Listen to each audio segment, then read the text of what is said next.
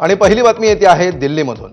खासदार प्रफुल्ल पटेल आणि सुनील तटकरे यांनी दिल्लीमध्ये अमित शहांची भेट घेतली आहे। तिन्ही नेत्यांमध्ये राज्यातल्या युती संदर्भात 15 मिनिटे चर्चा झाल्याची माहिती आहे। राज्यामध्ये जिथे युती करणं शक्य असेल तिथे युती करा अशा सूचना अमित शहांनी दिल्याचं कळतंय। महत्त्वाचं म्हणजे दोन्ही राष्ट्रवादी एकत्र आल्यास अमित शहांना हरकत नाही अशीही माहिती मिळते।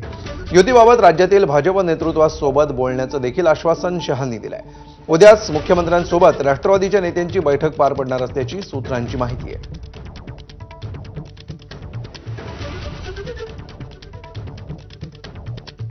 काल निवडणुकांची घोषणा झाली। पत्रकार परिषद निवडणूक आयोगाने घेतल्यानंतर मुख्यमंत्र्यांनी जी प्रतिक्रिया दिली त्यामध्ये काही ठिकाणी राष्ट्रवादी काँग्रेस स्वतंत्रपणे लढणार असल्याचं सूतोवाच त्यांनी केलेलं होतं। विशेषतः पुणे आणि पिंपरी चिंचवड संदर्भात मुख्यमंत्र्यांनी हे विधान केलेलं होतं आणि त्यामुळे इतर महापालिकांमध्ये नेमकं काय होणार असा प्रश्न निर्माण झालेला आहे।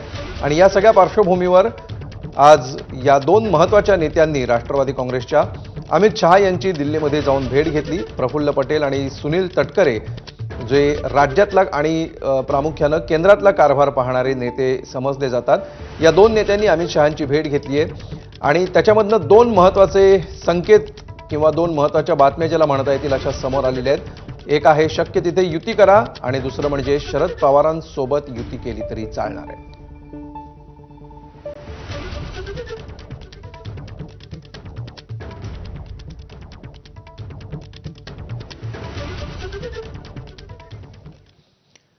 पुढे जाऊया। राज्यात सुरू असलेल्या